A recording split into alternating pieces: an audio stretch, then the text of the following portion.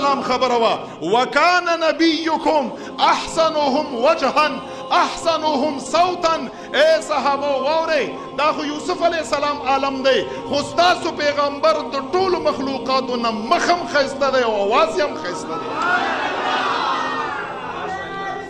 یا رسول الله دا خو یوسف علیہ السلام خبره ما وکړه، تاسو په تعجب کې وکان نبیکم احسنهم وجها احسنهم صوتا.